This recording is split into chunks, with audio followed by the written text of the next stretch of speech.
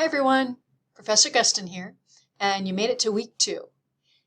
Hopefully week 1 went smoothly and you get a little bit of an idea what we're doing, but week 2 is really going to set the routine because in week 2 we just have one module, one of these sections here, one module, where everything is located, and every week from now on you'll just have one module to go to. So this week we're going to do Chemistry of Life, and we're also going to do a Respondus Practice Quiz. I'll show you what that is. So you found the video right here, and I might have told you this before, but in case I didn't, there's these little boxes here. You can check them off. Once you're done the video, you say, yep, done the video. Oh, once I printed out my lecture study guide, I can check that off. So you can use these for your own bookkeeping, or you can ignore them completely. I do not see these. They have nothing to do with your grades. I think they're handy to use. So you're going to print out your lecture study guide, and there's a bunch of objectives and vocabulary related to the chemistry of life. To fill in your lecture study guide, I recommend watching these videos. And the videos, I try to make them relatively short, less than a half hour, and less than a half hour each. And so you can use these to complete your lecture study guide. These are your notes. This is where you're getting your notes. You can also use your textbook to supplement your videos, but I would choose the videos first and the textbook second when you're trying to review this information, when you're trying to fill out your notes. And then the next thing you want to do, once you've gotten the study guide completed, you want to review the content. So it's very easy to take notes and then read your notes and say, okay, that's studying.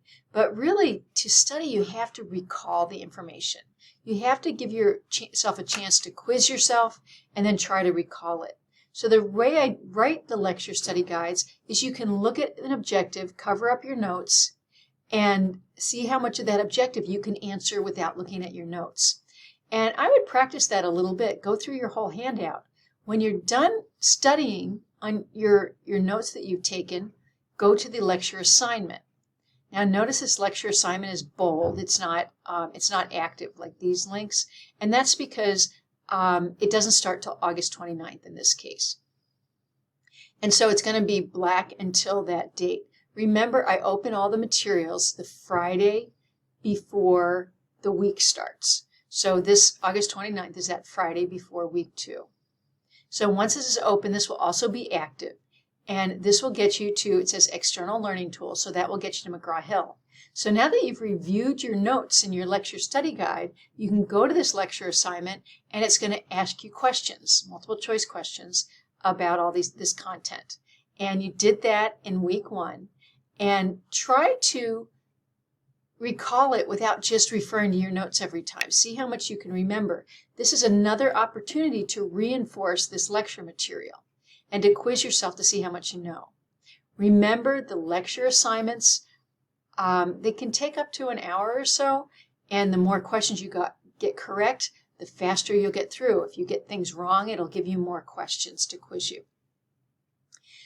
Let's see. So your lecture assignment is you want to complete that. If you want to stop right in the middle of it, that's no problem. If it's still before the due date, anytime before the due date, you can go back to the lecture assignment and continue it. You don't lose the work that you've already done. The other thing to remind yourself of is that the lecture assignments, once you get past the due date, you can still access the lecture assignment.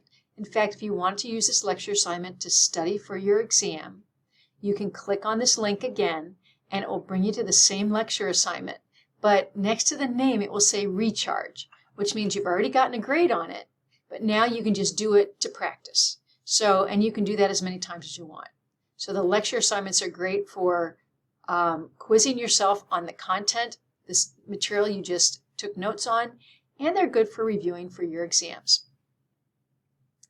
The next thing I would recommend doing is printing out your lab handout.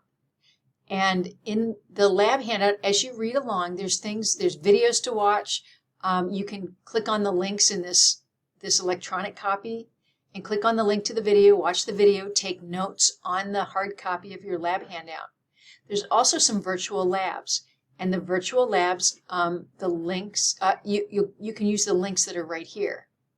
And so these links will bring you to the McGraw-Hill Connect site, and you'll complete these virtual labs. So just follow along in the lab handout, and you'll eventually get to these virtual labs, and you'll know when to do and what notes you want to take on your handout.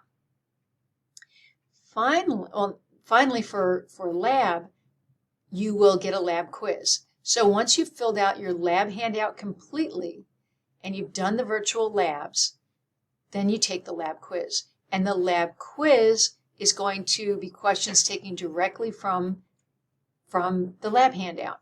So you can use your lab handout to do this lab quiz. And this is just for me to see that, yeah, you filled out the whole lab handout and you got reasonable answers.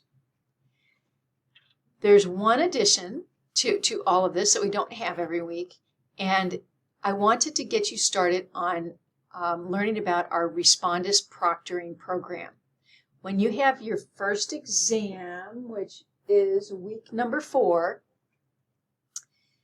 it's going to ask you to use Respondus. Respondus is going to record you while you are taking the test. And I want you to get Respondus set up on your computer and make sure you can use it. You don't want to wait till the last minute. So here's a document you can read. It tells you a little bit about it, and it talks to you about how you download it and some of the background on Respondus. Once you've gotten this done, then you're going to have to download some software onto your computer.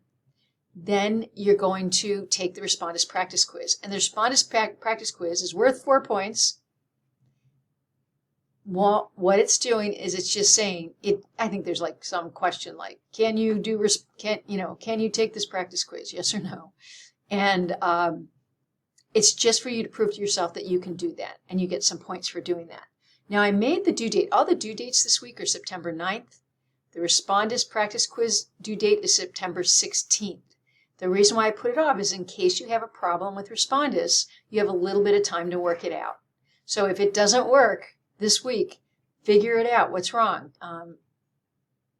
Remember we said Chromebooks don't work for Respondus, or they might not work. You might not have been able to download the software onto your computer. There's all different reasons why Respondus might not work, but this gives you 2 weeks to figure that out. So work on it, get it done.